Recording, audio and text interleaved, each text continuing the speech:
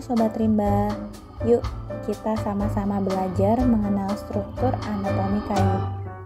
Bagian-bagian kayu dapat diketahui apabila dilakukan pemotongan secara melintang, sehingga bagian dalam dan luar dapat dilihat secara kasar. Struktur anatomi kayu yang akan kita bahas pertama adalah hati kayu. Merupakan bagian yang terdapat pada tengah lingkaran tahun. Hati kayu berasal dari kayu awal, yaitu bagian kayu yang terbentuk oleh aktivitas kambium pertama kali. Oleh karena itu, umumnya hati mempunyai sifat rapuh dan lunak. Kedua ada lingkaran tahun, merupakan bagian batas kayu yang terbentuk pada awal dan akhir musim. Adanya lingkaran tahun pada kayu menjadi indikator atau acuan untuk mengetahui umur suatu pohon.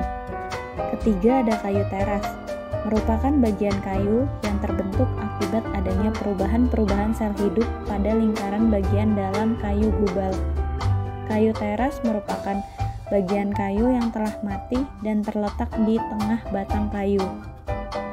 Keempat, kayu gubal merupakan bagian kayu paling muda dan terdiri dari sel-sel yang masih hidup dengan tebal lapisan yang bervariasi. Memiliki fungsi yang pertama mengalirkan air dan zat terlarut di dalamnya dari tanah ke tajuk pohon. Kedua, tempat penimbun zat makanan dan penyalur cairan. Kelima ada kambium. Kambium merupakan jaringan berupa lapisan tipis dan bening yang melingkari kayu. Letak kambium pada bagian tengah antara kulit dan kayu gubal. Memiliki fungsi yang pertama membentuk kulit baru menggantikan kulit yang telah rusak sebelumnya.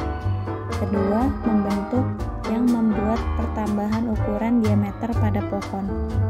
Dan yang terakhir ada kulit kayu. Kulit kayu adalah bagian terluar kayu yang memiliki dua lapisan.